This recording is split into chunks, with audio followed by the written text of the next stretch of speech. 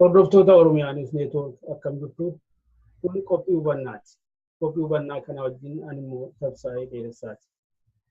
Adda Bilisummaa Oromoo mootummaa aangoo jiru wajjin wal ta'ee karaa nagaatiin qabsoo gaggeessuu gara biyyaatti deebi'uuf waliigaltee irra ga'uunsaa odeeffamuu erga jalqabee torban tokko ba'eera. Haa ta'u malee waa'ee walta'iinsa kanaa ammallee gama lachuun gama wadaaja qabsichaatiinis gama diina qabsichaatiinis dubbachuun ittuma fufee jira. Gaaffii adda addaa kaasanii irratti mari'achuu waan itti dhaga'amu ibsachuu.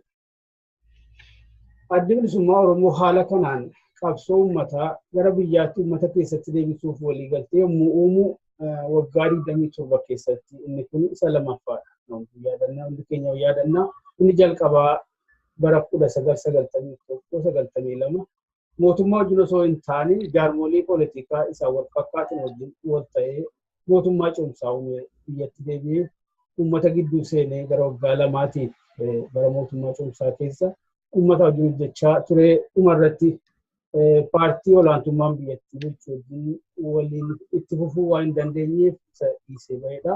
Inni lamaffaan immoo gaasa baranaa kana isa bara 2018ti. Walta'iinsaa fi haala dhaabni kun biyyattitti deebi'e lamaan kana gidduu wanti wal fakkaatan jiru laata? Bakki itti wal dhaban hoo? Amma haala qilleensa poolitikaa biyyattii keessatti dubbisaa jiru kana keessatti haala dirree poolitikaa diree jedhamu kana keessatti Adda Bilisummaa Oromootiif uummata gidduu seenee qabsoo uummataa fuulduratti dhiibuuf haalli mijataa jedhaman kan akkamii fayyadu jiru laata? Kan immoo danqaa ta'u jedhaman yaadaman hoo? Qabxiilee kana irratti mari'achuuf iyyuu nama tokko qabannee yaadnee jirra. Nama kana maqaa isaaniitiin himuun alatti waa'ee isaanii isinitti himuun barbaachisu, uummata Oromootti himuun barbaachisu nama yeroo dheeraadhaaf qabsoo Bilisummaa Oromoo keessa irra caalaa umurii isaanii dabarsanidha. Ammas walitti hidhannaa jabaa kan qabanu poolitikaa Itoophiyaa haalaan kan beekanu poolitikaa naannoo qabsoo Bilisummaa Oromoos gadi fageenyaan kan beekanu Abbaa Caalaa Lataati. Abbaa Caalaa yeroo keessan nu kennitanii maree kanaaf qophii taatanii argamuu keessanii fi maqaa dhaggeeffattoota hubannaa fi Oromiyaa Niwus Neetwoorkiin baay'ee galatoomaa isiniin jedha. Dhaggeeffattoota keenyaan immoo akka nu waliin turtanu kabajaan isin gaafachaa gara maree keenyaatti dabala. Carraa kana waan naa kennitaniif warri ONN galatoomaan jedha.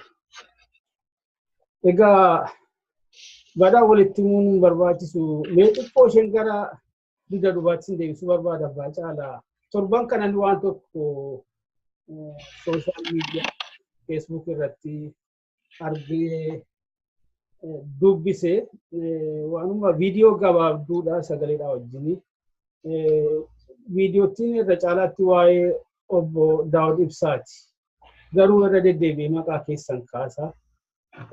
Waan achi keessatti dubbatame kanatti immoo yoo irra deebi'ee dhaga'ame keessaa dhaloota amma jiru kana isa waa'ee yookaan haala jalqabbii qabsoo kanaa bal'inaan hin beeknee fi waan gaarii ta'a yaadannoo guddaa yookaan waan guddaa yaadachiisa waan nama hin kaasuu barbaade. Viidiyoo sana keessatti jalqaba gara dhiyaatti qabsoo hidhannoo jalqabuuf yeroo murteeffame salgii lamatu ijaaramte. Salgii lamaan sana keessaa tokko kan hoogganamu obbo Daawud Ibsaa, isa lammaffaan kan hoogganamu Abbaa Caalaa Lataati. Akka tasaa salgii obbo Daawud Ibsaatiin hoogganamtu waan kanallee hedduun Oromoo dhaga'ee gurraa qaba.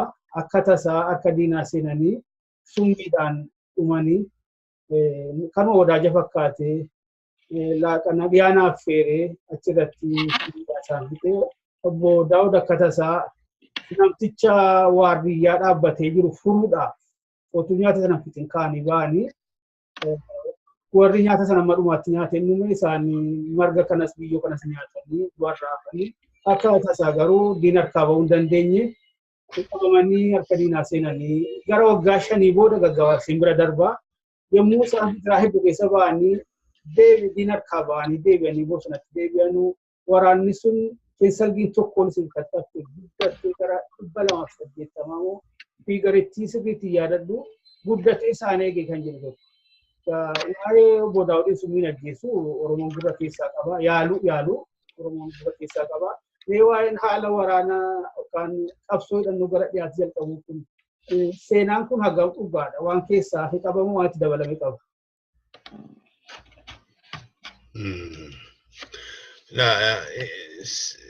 Seenaan kun waan tokko dhugaa qaba. Kaan immoo waa itti daddabalame akkasitti miti. Gartuu lama akka turre gartuu tokko Jaal Daawud ittiin deemee gartuu tokko ittiin deemaan ture. Inni kun saglii biyya seenee sana miti inni kun. Sagliin biyya seenee nuyi nama 17 akka saglii tokkotti ijaaramneeti. Sagliin kun biyya yeroo seenuu abbaan saglii Daawud Ibsaati itti aanaan ana. Sadaffaan immoo inni hin wareegame Tottoobaa jedhama. Sadii jechuudha. Hoogganni saglii sana nama 17. Egaa bosonatti baanee biyya quunnamuudhaa fi karaa adda addaa hojjetaa turre, karaa lama begiidhaaf gidaamii irratti hojjetaa turre.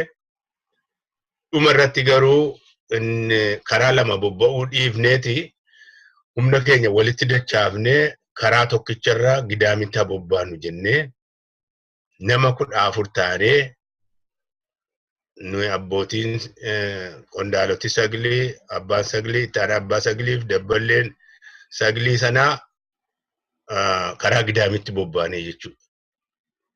Gara gidaamitti bobbaanee seenaan isaa dheeraadha si gaggabaabsa.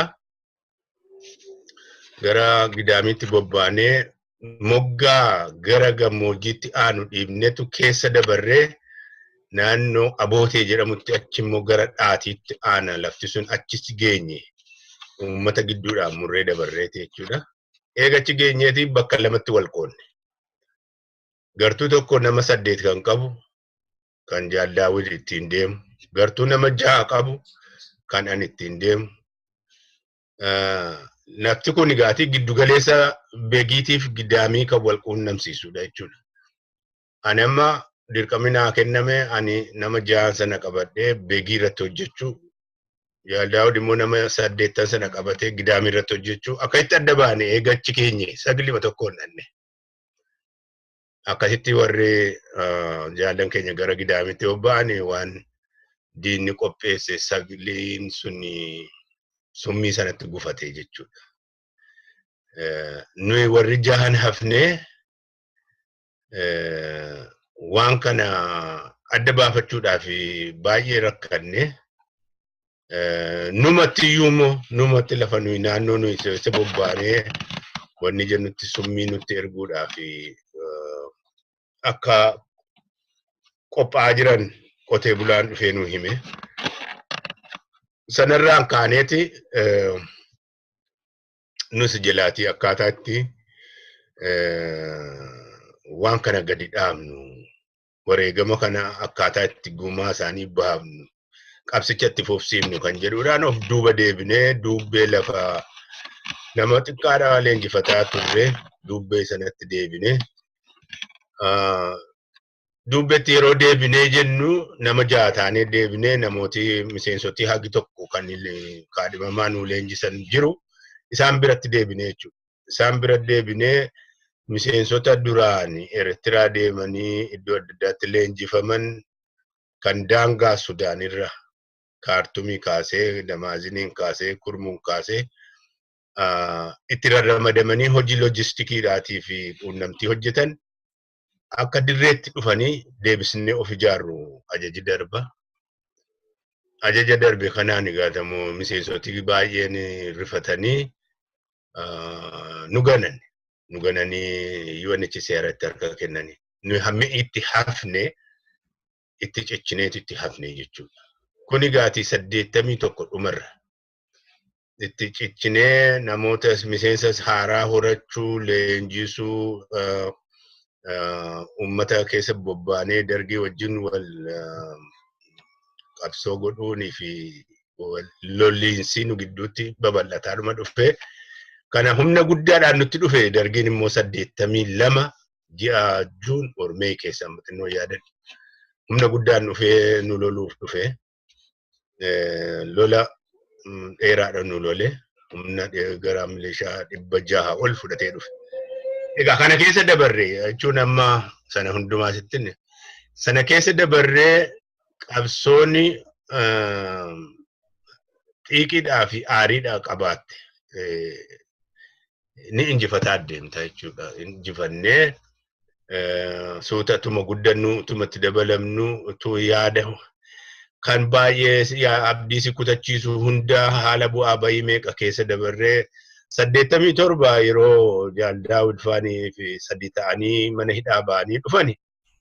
Onui sadarkaa buttaa 2-3 ijaaruu geenyeerra 200 amma teettee miti sanaa oli 400-500 iyyuu taana humni yeroo sana geenye. Kana maaliifan kaasaa qabsoon hadhaa qabdi. Hadhaa isheen qabdu sana wajjin murannoodhaa fi obsa yoo hin qabaanne akkuma warra jaallan warra gaafa kottaati of ijaarree deebinee wanni goona jenne dheessanii gariin isaanii har'a Kanaadaa gariin Kanaadaa jiru gariin Ameerikaa kana keessa jiru qabsichi garuu itti fufne itti jabaannee waan tokko jalqabdee waan jalqabde sana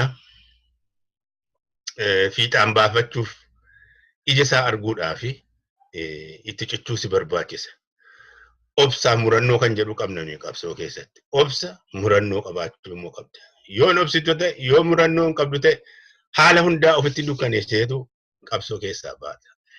Obsa murannoodhaa fi kaayyoo qabnuu fi wareegama jaallawwaniitti immoo bilisummaadhaanitu gumaa baafna kan jedhuudhaan itti ciccinne akkas ture jechuu siin jedha. Haalli isaa waan tokko dhugaadhaan namtichi waa dhaga'ee gartuu lama biyya keessatti ol bobbaane sun gartuun tokko gama Gidaamiitti gartuun tokko gara Gegiitti akka hojjennu gartuu isa tokko akka Jaal Daawud hooggannu gartuu isa tokko immoo ani hoogganaa akka ture. Ishee kana fiixeesee qaba abbaan odeessa sana barreesse. Odeessa sana immoo fiixeeseetiin mataa wannuma walitti fide malee isa kaan keessa isaa bal'inaan hin beeku. Sagiliin biyya dura biyya seenne saglii tokko nama 17 qabna jechuudha. Gaarii egaa kanumaaf egaa abbaa dhimmichi ilaaluurraa mirkaneeffachuudhaaf kanaaf barbaachisasiis dogoggorte qajeelfachuudhaaf kan biraas waan isin ilaalu tokko bara mootummaa ce'umsaati amma isin egaa warra yeroo dhaabni biyyatti deebi'e sana warra dhaabicha olaantummaan hoogganan keessaa nama tokko turtanii sadarkaa kamirratti akka ta'an hin beeku yeroo waraanni bilisummaa Oromoo mooraa waraanaa galmeeffamee murtaa'e isin yeroo sana karaa dhiyaatiin hanga tokko to'annoodhuma adda bilisummaa Oromoo jalatti qabdanii akka jirtanitti himamaa waraanni bilisummaa Oromoo mooraa galu jedhamee akka murtaa'anii mootummaa paartiin olaantummaan biyyattii bulchu IHADEG waraana isaa giddu galeessa biyyaatii kaasee gara daangaa dhiyaatti dabarfachuudha sochoosaa ture. Gimbiin irra yemmuu ga'u hin darbu waraanni kun jettanii dhowwitan jedhanis hin darbu hin dabarsu jettanii dhuma irratti garuu akka darbeetti hubatamee jira. Amma gabaabsuuf akka darbu taasisuu keessaniif gaabbitaniittu otuun akka didee ta'ee kun hin ta'u ture kun qaqqabu ture waan jettan qabdu. Inni amma jedhan kun innis akkuma sanaati. Humna chaartarii erga seenneeyyuu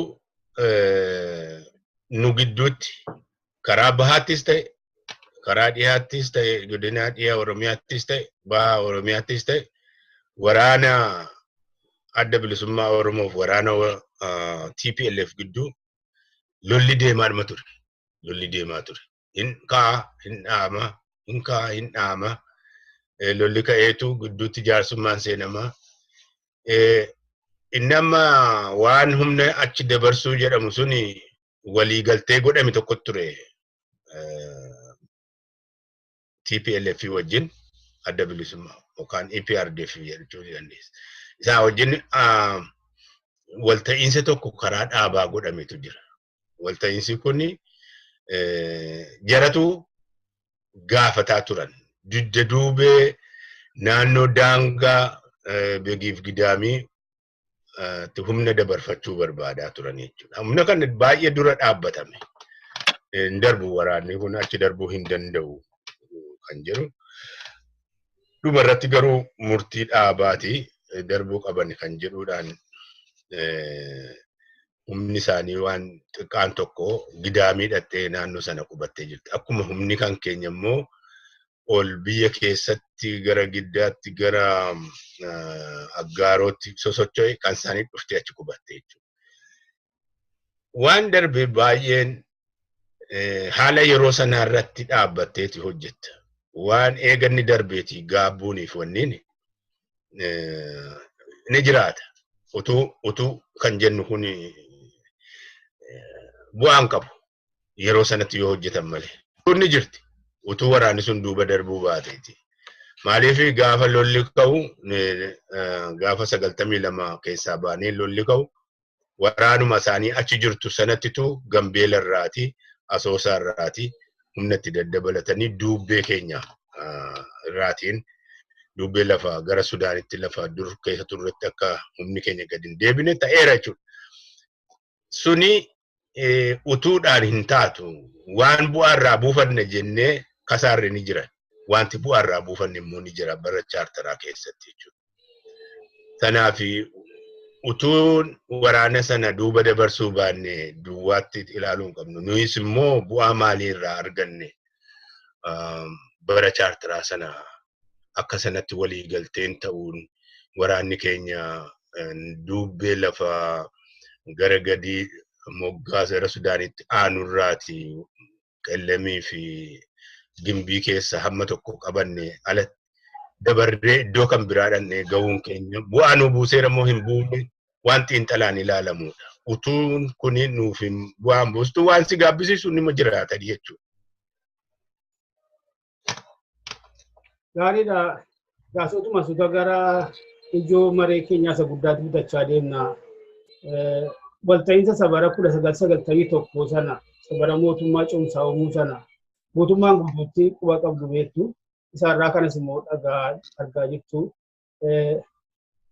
Kana lamaan gidduu sabara 1991-92 sanaaf ammaa kana gidduu wal fakkeenya keessaa haala lafarra jiru wajjin bira qabdan yoo laaltan bakka itti wal fakkaatu qaba.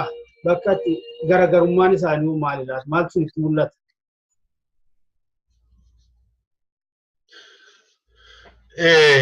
Ka haalli 91tti turee fi haalli har'a jiru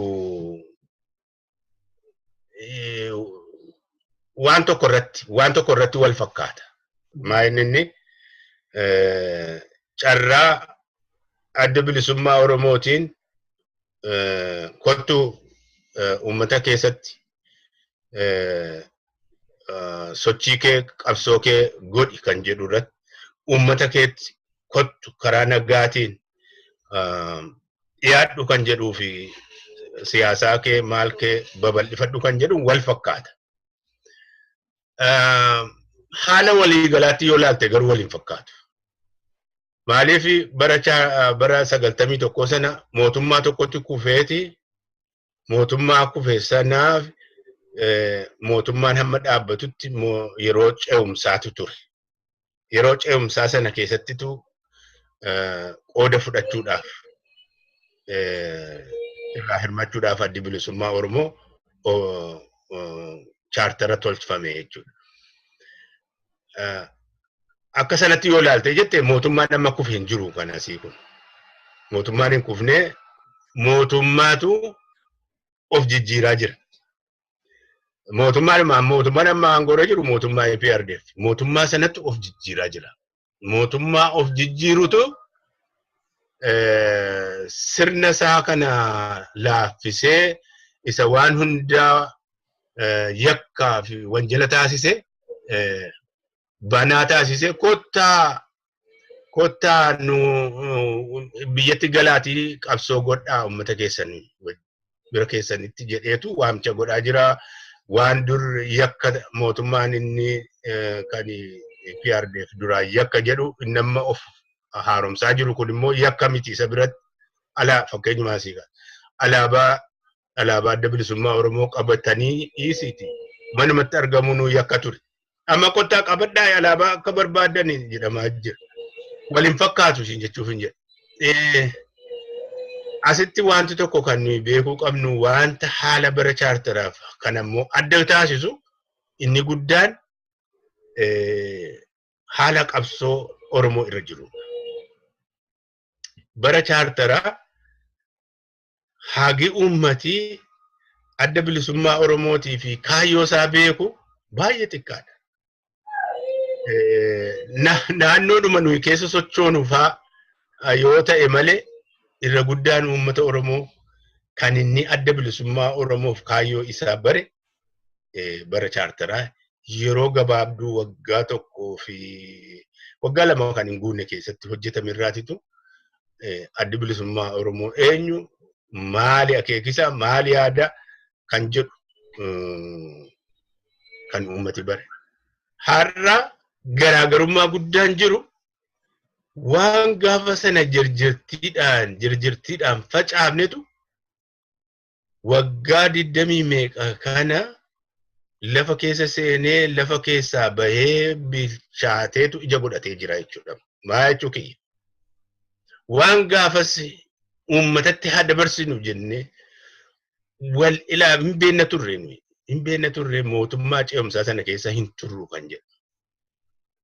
Itti qophoofnees ittiin seenne. Dhiibamneeti kan seenne. Haala dubbee Sudaaniin nuti cufu yoo mootummaa ce'umsaa hin seenne natti hin deebi'inaa nuun jedhe. Isarraatiif dhiibbaa biyya alaatiif dhaabotii adda addaa godhanirraatitu qophii tokko malee hidhatti seenne. Dukkanatti seenne jechuudha. Kaayyooma sanayyuu uummatichi nurraa fudhata. Ittiin deema moo hin deemu hin beeknu turre jechuudha. Maadheelee hin qabnu baay'ee xiqqaadha lafti nuyi qabnu yeroo sanatti. Afaan numa nuyi haasofnu afaan Oromoo nuyi har'a gaafa sana haasofnuu fi afaan Oromoo inni namni haasa'u walitti hundufu. Irra guddaan afaan Oromoo yeroo sanaa namni keenya biyya keessaa haasa'u walakkaatti afaan Amaaraa ta'eera jechuu dandeenya. Ila haala akkasii keessattitu dukkanatti dhufne bara chaartara. Amma immoo kan miti. Har'a kana alaa waan gaafasitti facaafametu dhukkuba gaafas uummatatti dabarfametu har'a ija horatee sabboonummaan Oromoo dagaageera. Har'a yoo dhanne ati Oromoodha, biyyi kee Oromiyaadha, afaan kee qubeedhaan barreeffama, seenaan kee akkasii, Miniliktu si cabsee, Haile Sillaaseen akkasii godhee, sirri nafxanyaa akkas waan kana waan barsiifnu hin jiru. Uummati bilchaateera. Waan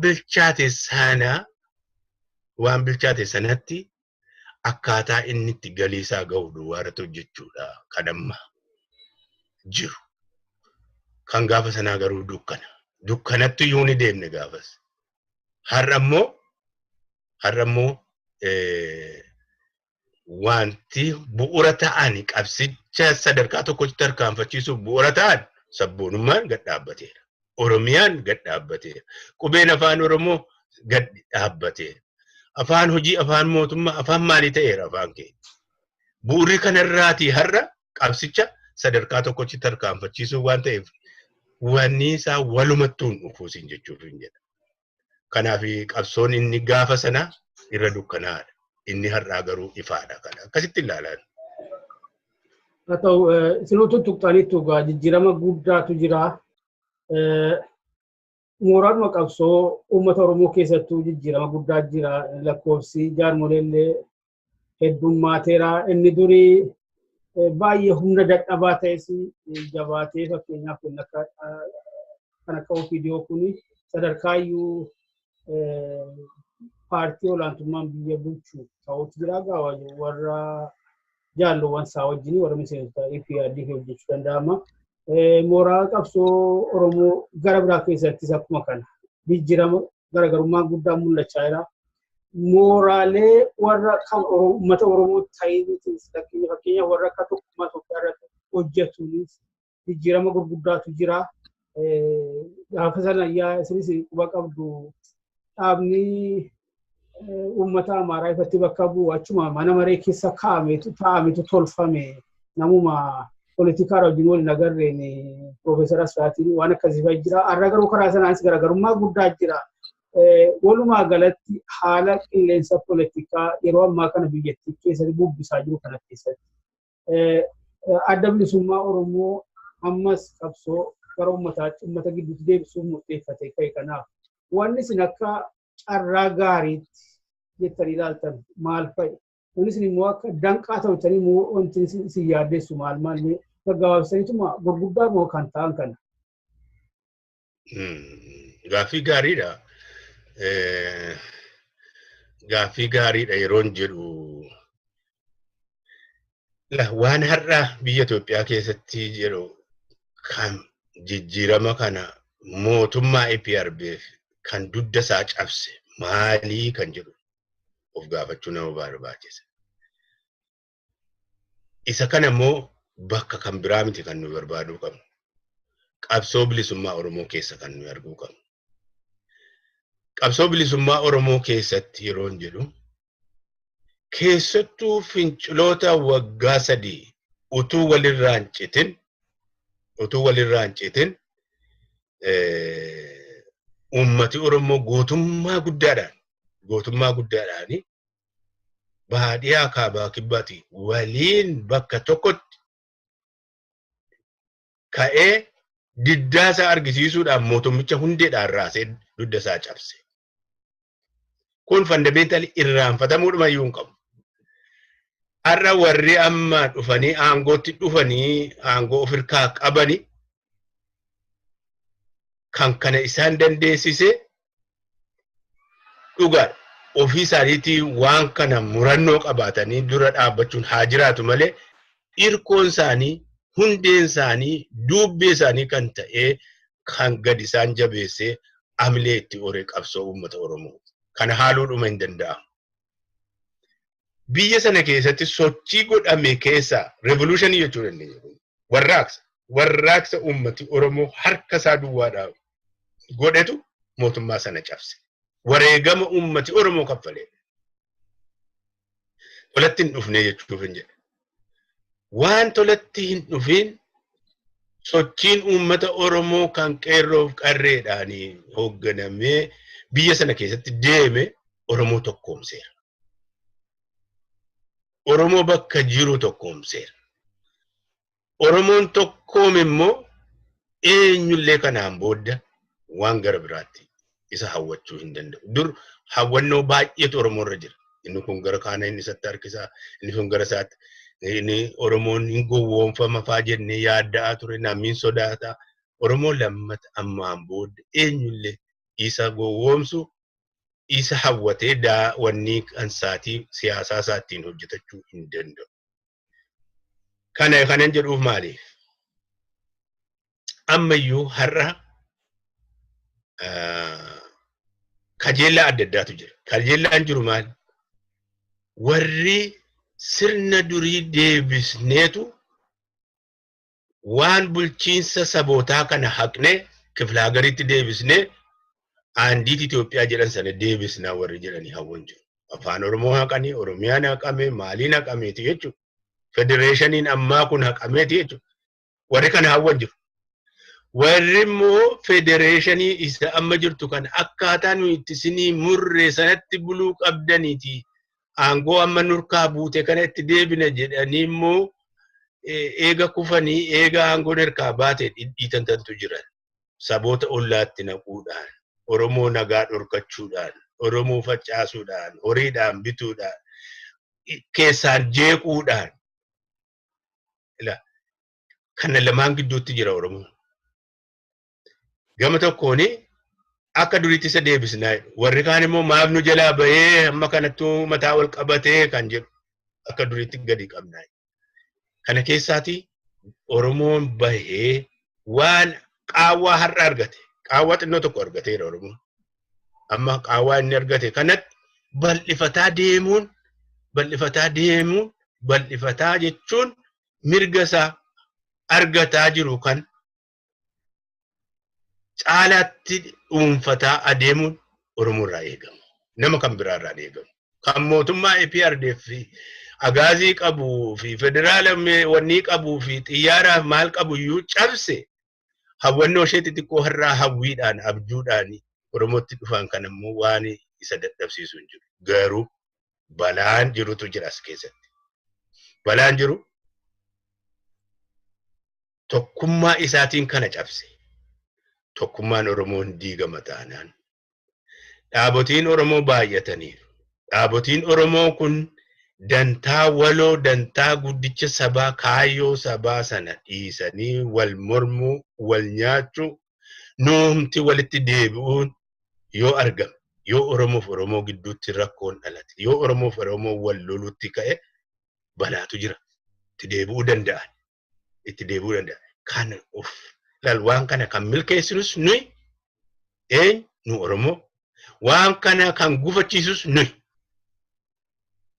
Kanammoo bakkaan gahuudhaa fi hunda caalaatti hubannoo kaayyoo dhaabaa, kaayyoo garee, kaayyoo maalii olitti hubannaa dantaa uummataa dursanii, dantaa uummata Oromoo dursanii isaaf hojjechuutu gaafatama jechuudha. Dhaabotiin Oromoo maqaa Oromoo qaban gartuutti xiqqaatti ijaaramanii jiran kun adda bilisummaa Oromoo maali kuni hundi waan waloo ta'e kan irratti wal hubatan jiraachuu qaba. Danda'amnaan mooraa tokkotti dacha'anii agoobara tokko jalatti alaansii tokko jalatti yoo gurmaa'an humni gara biraa lammata dhufee Oromoo bakkaa buqqisuu hin jiraatu. Kanaafi balaansaas carraansaas nu harka jira. Wanta humni kan biraatu dhufee ammaan booda Oromoo akka duriitti gadi qabee hacuucee bulcha kan jedhamu ani dhumatee natti fakkaata. Oromoon qabsoo isaatiin wareegama isaatiin fixeera sana. Barri dukkanaa sun darbeera. Aduun bilisummaa bahaa jirti. Isee bahaa jirtu kan akka isheen duumessarran buunee fi akka isheen harka isaatiin baafne Oromoon jabaatee hojjechuudhatu qaba. Tokkummaa isaa jabeeffachuu qaba. Dhaabotii isaa wal gidduutti maqaa isaatiin dhaabotii ijaaramanii jiran wal keessatti hubannoo qabaachuu jira. Wal qoxxisaa, wal falmuu, maqaa walii balleessuu inni duraan itti hojjetamaa ture hafuudhatu qaba. Kaayyoon sabaa sun dursuudhatu qaba. Yoo kana ta'e ni milkaa'a jedhee yaada. Gaariidha. Faana bu'aa jirtu haala biyyatti mul'atu eessan amanaa. Otuyyuu waa'een walta'iinsaa kun ifatti hin labsamini. Ergamoo ifatti simame immoo booda naannoo tokkotti ummatichi miira jedhuun yeroo irraa kana jecha kan libadaan jaalladhuwanii emotional ta'e jedhanuuf kaayetiyyuu fedhii isaa ibsachaa jiraan sirbaa alaabaa kaasee dhaabbata. 1991 sanas keessa jaajjitanii keessanii argaa turtanii keessaa haala gullalleetti mul'achaa ture.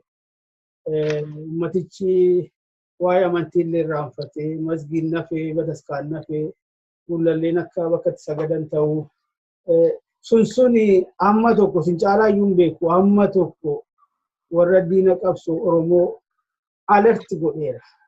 Isa of dagatee taa'illee akka ka'u taasisee waruma mootummaa ta'ee biyya bulchu sana dabalatee jechaadha. Haala ammaa kana wanna akkasii kana irratti waan si yaaddeessu uummanni kun emotional ta'ee otoo dhaabichiyyuu akka dhaabaatti durumaa egaa biyya keessaa dhaabamee hin beekamu kun shakkii qabu. Garuu akka dhaabaatti otoo inni ifatti biyya keessa hin ga'inni haala mul'achaa jiru kana waan si yaaddeessu qabaa?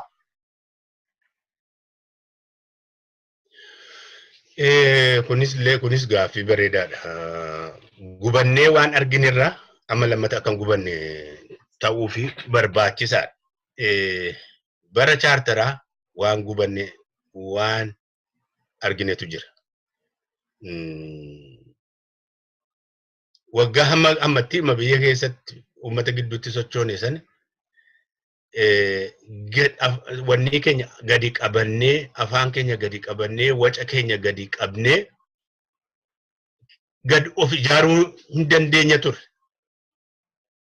Garuu yeroo sanatti waca shubbisa dhiichisuu walgahii ummatichis wal ijaaree maanguddoo naannoodhaatii dhaqee hoggana dubbisu malee hoggana bira gahu malee yeroo tokko na yaadadha. Maanguddoota Booranaa nama 9 meeqatu Finfinnee dhaqanii leencoon dubbisan. Hundi isaanii toora galchee haasofsiise. Hundi namni salganuu haasa'e. Mee namnitti dabaltanii haasoftan jedhe. Na irra deebi'anii laala argitee gaa.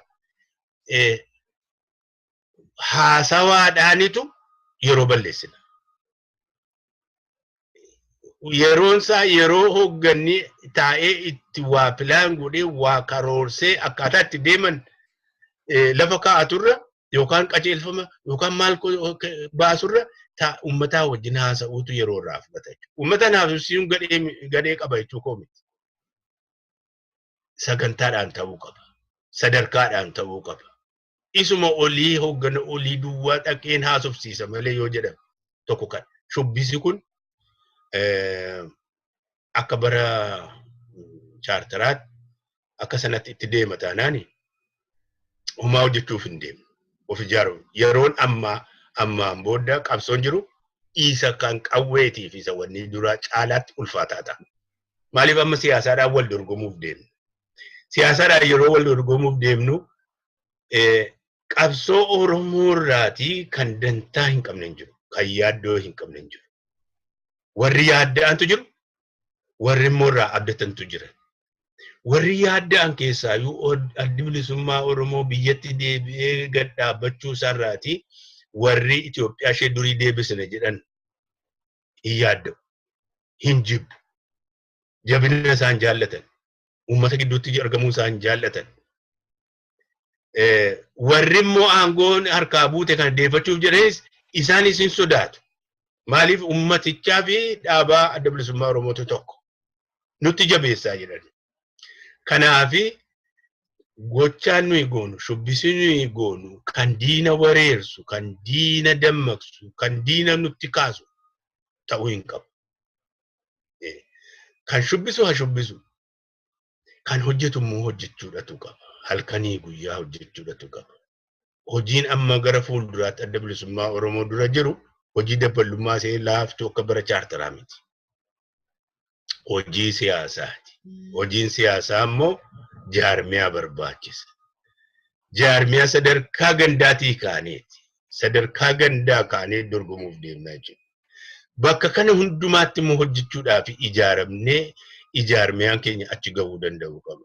Shubbisuudhaan hin ijaaramu. Sirbuudhaan hin ijaaramu. Sirbuun nama dammaqsuu danda'a. Ijaaramuun immoo siyaasaadhaan wal qaruudhaan tooftaa bilchaataa kan har'a waa isa boordiina sitti ta'ullee har'a firoonfattee waliin deemtu. Sana ta'uu qaba. Nuyi jibbansa si hortine ammuma kana jibbaansa argisiifna beekta. Yoo jaalalas ta'e jaalala keenya ammuma kana dirreetti argisiifna. Akkas ta'uu hin qabu. Humni Oromoo har'a walitti dhufaa jiru kun, humni Oromoo walitti dhufe kun bilchina siyaasaatiin uummata isaa gidduutti hojjechuu danda'uudhatu qaba. Malee sirbuunii fi wanni godhuun yeroon isaa amma miti. Waan sirbinuuf iyyuu hin jiru. Qabsoon sichi bal'aa cimaatu nu fuuldura jira. Biyyuma keenya yoo dhuunfanne iyyuu sichi waan baay'ee kan jijjiiramuutu qabutu jira. aadaan hojii jijjiiramuu qaba. Amalli namaa jijjiiramuudhatu qaba. Wanti gubboodhaan nyaatanii ni karaa salphaadhaan sirni bulchiinsa seera gad dhaabsisuun namni keenya seera mormuu, seera diduu, amma immoo seera kan mataa isaatii sana buluu, jalatti buluu, wal bulchiisuu. Inni kun waan qabsoo salphaa miti. Yeroo dheeraa kan nurraa fudhatudha. Cultural revolution jedhu warri wanniidhaati. Isa kanaaf of qopheessuudhaa fi sanatti isa qawwee dhukaasuu sun salphaadha. Inni qabsoo hidhannoo sun salphaadha. Inni kun irra ulfaataadha. Maaliif amala namaa, karaakterii namaa, ilaalcha namaa jijjiiruudha. Inni kun immoo salphaatti hin ta'u. Hubannoota siyaasaa namaa jabeessinee geeddarree sabboonummaan dhaabbate bilchaateera. Sabboonummaa kana immoo humnatti geeddaruudhaaf ijaarmee barbaachisa. Kun hojii salphaa miti gara fuulduraatti kan nu duraa eeggatu. Gaariidha. Walta'iinsa isaa ammaa kana laachisee wanti diteeldi ta'e kennamallee hagas hin jiru. Garuu wanni tokko jedhameera. Addi bilisummaa Oromoo yeroo biyyatti deebi'u akka jirutti. Kana jechuunis hooggana isaa, dabballoota isaa, waraana isaa, miseensota isaa warra ala jiran hundumaa qabateetii kan jedhu. Kana keessatti iyyuu waan 91-92 keessaa immoo yeroo mootummaa cimsaa keessaa ba'ame sana waan ta'e yaadachuu waan qaqqabe yaadachuudhaan iyyuu gaaffii guddaa tokko kan amma ka'aa jiru waboon waraanni bilisummaa Oromoo akkamittiin deebi'ee akkamittiin laata isa jedhu. Isinis kana irratti deebiifatee qabdu jechuu koo miti. Otuu koree dhimma kana raawwachiisu keessatti nama tokko taatanii moggaafamtanii waan 1993 ta'e sana yaada keessa galchuun haala waraanni bilisummaa Oromootti qubatu irratti yaada akkamii kennitu?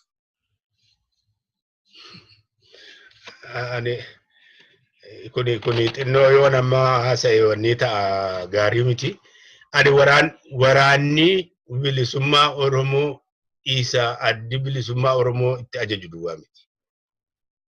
Oromoon dammaqe, Oromoon of bare, Oromoon mirga isaatiif falmatu hundi waraana bilisummaa Oromoo. Beektaa waraana bilisummaa Oromoo jennu kan adda bilisummaa Oromoo meedaalima jechuu basaayyuu waraana bilisummaa Oromooti bara. Inni hidhatee jiru hundi, inni dammaqee jiru hundi waraana bilisummaati. Addi bilisummaa Oromoo kan ijaare inni qabna dhugaadha.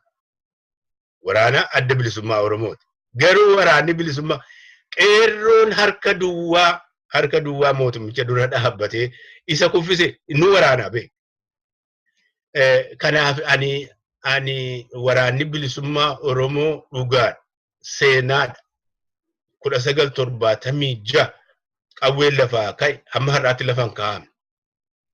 Ammoo qawween suni waraana kan addi bilisummaa Oromoo hidhachiisee leenjisu duwwaatu hin ta'in Oromoo guutuutti darbeeraan jedhaan. Kanaaf waan sodaannu hin qabnu. Amma gaafa sana gaafa mootummaa ceemsaa keessaa baane lafa dheeraa deemuun nurra ture, inni aggaaroo ture, akkaataa ittiin dhidheessaan cehee gara Wallaggaatti darbu lafa dheeraa. Amma immoo waan sana iyyuu isa barbaachisu jira natti fakkaatu. Naannoon isaa jiru hundi waraana waan ta'eef, qeerroon lafa jiru hundumaatti waraana waan ta'eef waan irraati birradhuun qabu nama. Akkasitti agalu inni kun warra teeknikaalii hojjetan itti dhiifna. Warra teeknikaalii wanticha akkaataa itti xumuran mootummaa wajjin xumura ittiin dhiisa. Garuu waraanichi bakka jiru, uummatichi bakka jiru, qeerroon bilisummaa bakka jiru inni waraana. Hidhannoo qaqqabsiifachuu duwwaadha. Isa kana ijaaruun sadarkaadhaan qeerroo keenya ijaarree hojiitti bobbaasaa. Beektaas sirna gadaa keessatti warri foollee ta'anii akka jirutti leenjifamanii waraanaaf qophaa'u beektaa. Nus waan kanan gooneef hin qabnu. Haala amma jiru keessatti, haala Oromoon keessa jiru keessatti, haala Oromoon amma keessa jiru keessatti qeerroo bilisummaa sadarkaa tokkorra umurii waggaa hamma tokkorra yeroo ga'e yookaan barnoota baafnee foolleetti yookaan akka sirna gadaa sanatti foolleetti leenjifta. Ganda isaatti deebi'ee hojii isaa hojjetaa qonnaa isaa qotata. Dhimma uummataatu rakkoo biyyaatu dhalate ta'an waamichuma akka bara sirna gadaa sana waamicha godhee ka'uu danda'a. Inni kun istiraatejii adda addaati. Ammatti garuu waraanichis amma kan addi bilisummaa Oromoo leenjisee harkaa qabu attam ta'a. Maaliin suni mootummaadhaa fi adda bilisummaa Oromoo dhimma kana irratti koreen haasoftuuf hin dhiisa. Ani garuu waraanni bilisummaa Oromoo guutummaa keessa jira jedheen ilaala.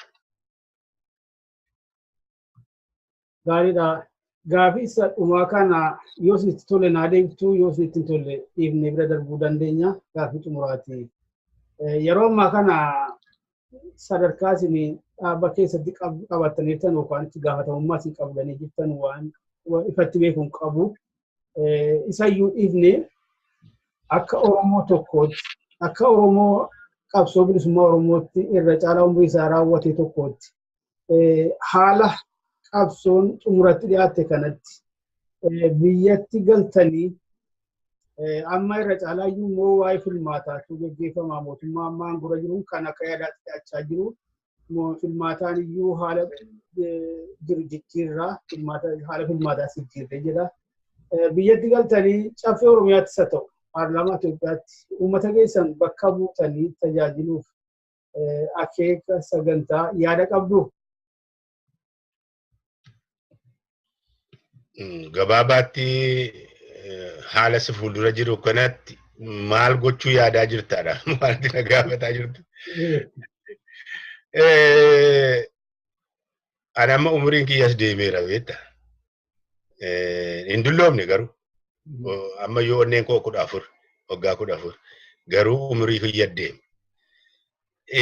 Waan humni koo danda'uuni qabsicha milkeessine uummaticha jireenya isaa jijjiiruudhaaf gumaachuun irraa dhaabbadhu. Ammoo dhaqeetanii bakka mootummaa tokko keessaatii bakka wanni akkasiirraatiin qooda fudheetanii paarlamaatti hin filame. Ani gama sanaa waa yaadaan jiru. Kan kana danda'anii beektaa baay'eetu jirani. Horreera qabsichi horeera. Ija hojii nuyi hojjenneetu horeera. Dandeettii warra qabantu bahaniiru. Nuyi beektaa bara keenyattitu waan hin danda'amne itti seennee kunoo ija fideera. Ammaan booda immoo ani bu'aan itti dabalu baay'ee xiqqaa ta'a. Kan kanarra qaroo, kan kanarra bilchina qabani, kan kanarra humna itti qabantu jirani. Ani isaan kana gargaaru. Akka maanguddoo biyyaatti biyyatti deebi'ee beektaa maanguddoo durii nanawwa barcuma ala dhadhaabbattee teessee haasoftee waan maalii haasoftee yoo namni wal lolee araarsitee kan kanarra immoo hankeenya amma maaltu ta'a jechuudha akka yuuba ta'anii warri yuuba gorsa kennuudhaan warra wanni irra jiran gorsa kennuudhaan isa dhabe wal araarsuudhaan dubbii rakkatte hiikuudhaan ilaala bakka akka sanaatti warra aangoorra jiranii fi yaada kennu isa sana irra filadha malee ani amma dhaqeetanii akkasin godhaa sanan godhaa jedhee hinawullee hinawu maaliifi wanti nuyi dur itti baane natu dhaqee bakka sana qabataadhaan miti. Ummati Oromoo biyya isaarratti abbaa biyyaa haa ta'u yeroo jennu anatu abbaa biyyaatti ta'aa miti. Oromoodha. Oromoo sana keessaa immoo isa dandeettii qabuudha. Isa kana gadhaabuudha. Namooti akka keenyaa kun ammaan booda gorsa kennu yaada gumaachuu muuxannoo keessa dabarre ijoollee warra deemtota dhaloota booddaan dhufan kana isaan kanatti muuxannoo turee fi seenaa ture itti dabarsaa deemu inni kunu wanni guddaa ta'u. Nuyi amma tiraanziishinii kan abbootii keenya waan isaan keessa turaniif bara qabsoo keessa waan turree fi haala har'a jiru kan wal ciniinsisu nuyi. Isaan kanarratti nuyi waan akka dhalooti haaraa kun isa durii hin daganne akka ni yaadatuu fi nuyi amma irra deddeemnee uummataaf seminaara goonee ummata barsiisu waan revolutionii ammasiin jedhu kanarraati qooda fudhachuu malee aangoo bakka mootummaa keessaati qooda fudhachuuf ani gara kiyyaadhaan waan jiru.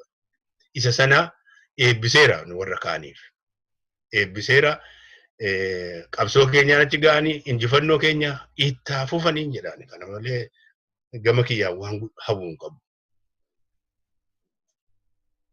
Gaariidha.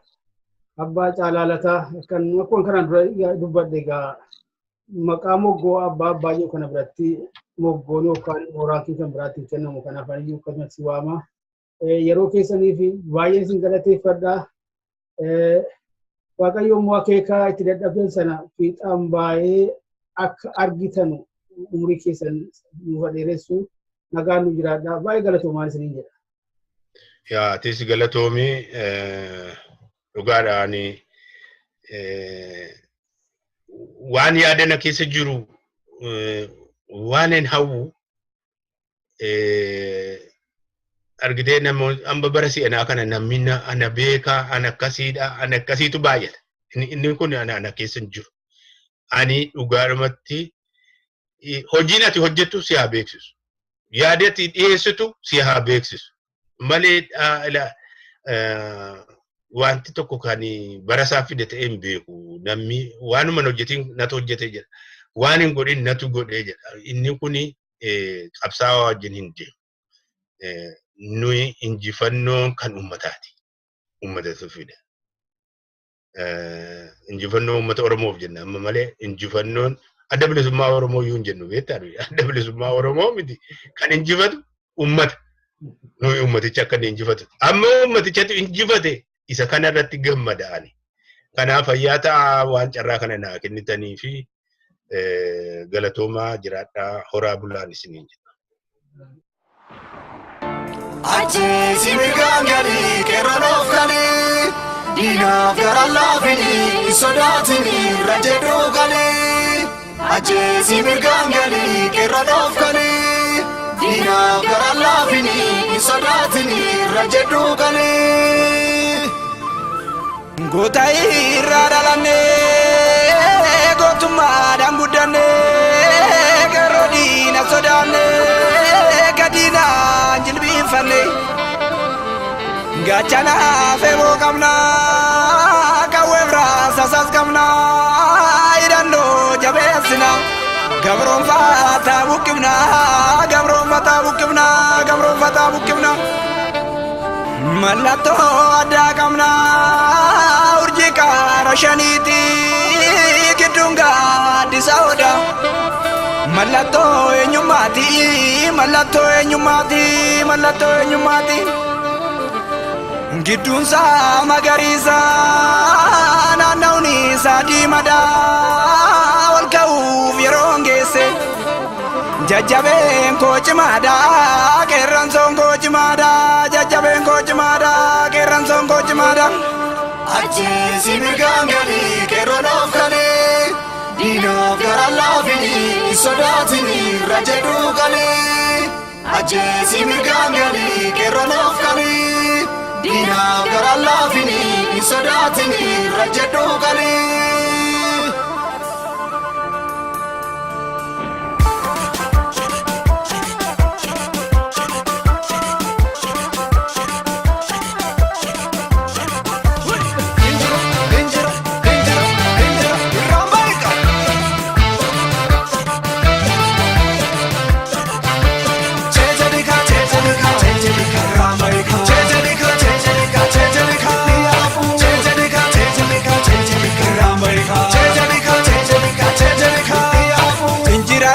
Jajjabeeni bubbulaan abbaasete gadeeni inkennu dhaloonni biyya baasa leencarka du'aa morkuu rasaasa. Injira dhaloonni jajjabeeni bubbulaan abbaasete gadeeni inkennu dhaloonni biyya baasa leencarka du'aa morkuu rasaasa.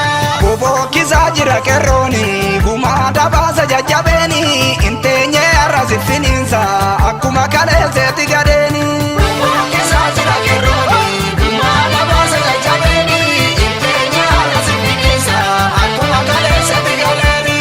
Rambai kufisi dina rasa sake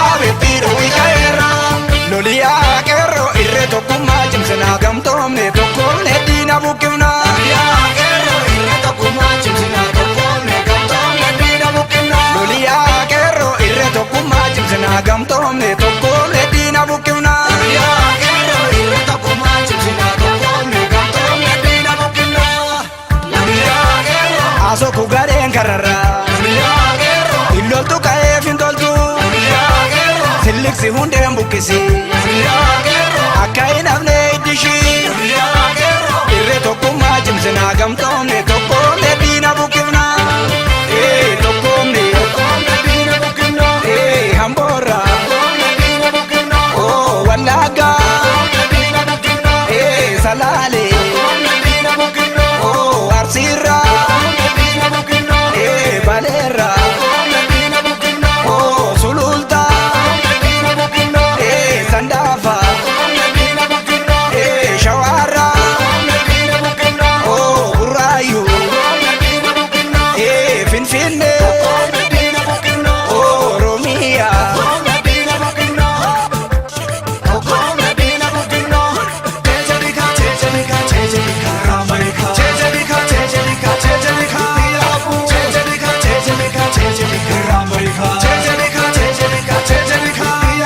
injira dhaloonni jajjabeeni bubbulaan abbaaf sedhe gadheeni inkennu dhaloonni biyya baasa leejarka du'aa morkuu rasaasa injira dhaloonni jajjabeeni bubbulaan abbaaf sedhe gadheeni inkennu dhaloonni biyya baasa leejarka du'aa morkuu rasaasa bobokkisaa jira qeerrooni gumaadha baasa jajjabeeni inteenye arrasi finiinsa akkuma kaleesseetti gadheeni bobokkisaa jira qeerrooni gumaadha baasa jajjabeeni inteenye arrasi finiinsa akkuma kaleesseetti gadheeni dandiireeraa saffisa deemu aduun osoo niin karaatti of beektee biyya gadhiiftu jarreen garaan keessa qoraanti firuma ofiirreeffatti haamtu duraan illee fira wallaala kophaa loluun taphanuun baasu gamtaan loluutu irra caala gamtaan loluutu irra caala cimnee loluutu irra caala gamtaan loluutu irra caala cimnee loluutu irra caala loliyaa qeerroo irree tokkummaa cimsinaa gamtoomne tokkoomne diina bukkifna loliyaa qeerroo irree tokkummaa cimsinaa tokkoomne gamtoomne diina bukkifna loliyaa qeerroo irree tokkummaa cimsinaa gamtoomne tokkoomne diina bukkifna loliyaa qeerroo irree tokkummaa cimsinaa tokkoomne gamtoomne diina bukkifna loliyaa qeerroo horicha diinaa qeerroo loliyaa qeerroo leenca qolattuu roorroo loliyaa qeerroo yaa bokkisu goonni lolu loliyaa qeerroo isa kana jeesu tolu loliyaa qeerroo irree tokkummaa cimsinaa gamtoomne tokkoomne diina bukkifna tokkoomne diina bukkifna harargee sabbaata bushooftu wadaama salaale xaafoorra shanoodha